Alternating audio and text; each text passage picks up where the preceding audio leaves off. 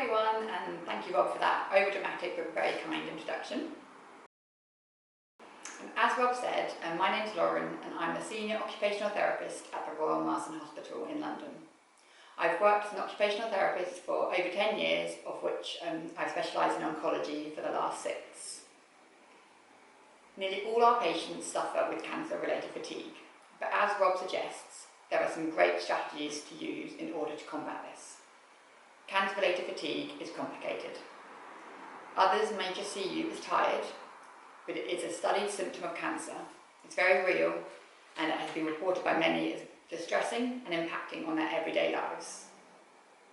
Cancer-related fatigue varies from person to person, and therefore you need a personalised toolkit to tackle this. It is described as a persistent tiredness out of proportion to the activity that you've just been doing, and it doesn't improve necessarily with rest.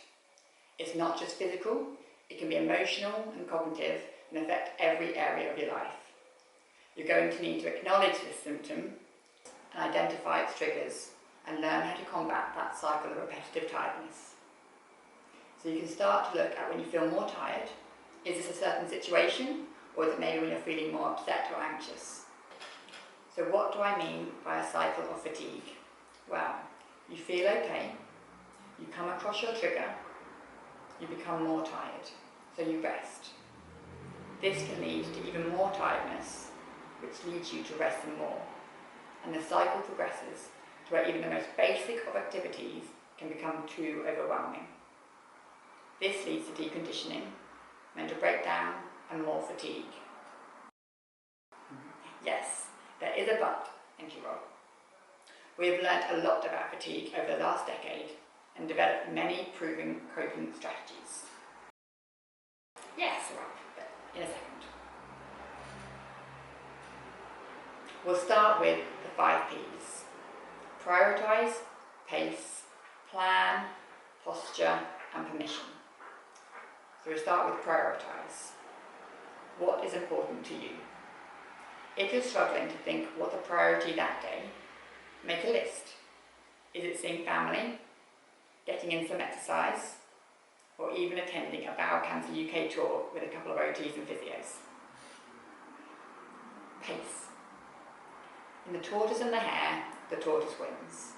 So for now, speed is not the goal, and getting things done at a rate which works for you is imperative. The 3rd P is plan. Using going to the shop as an example, plan your route prior. Could you bring supportive equipment? Or plan ahead someone to help you? Or even plan your shopping list so not to waste time walking the different aisles you don't need to walk down. The 4th P is posture. No, not quite like that, Rob. Leaning on walls or even slouching into a chair to offload energy-consuming trunk muscles are promoted. It's the little things that can help. And finally, permission. Allow yourself to rest. Ask for help. Acknowledge what is happening and be kind to yourself. You're going through a tough phase of your life, and you owe it to yourself now to not beat yourself up for having these tired moments.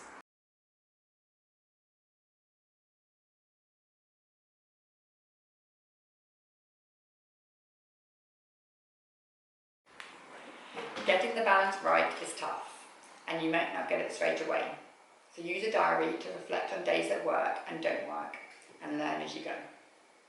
Finally, we're going to talk about a tried and proven relaxation exercise. Breathing. It's a great, active relaxation and anxiety management tool which encourages body and mind to work together. It promotes rest and lets you take control.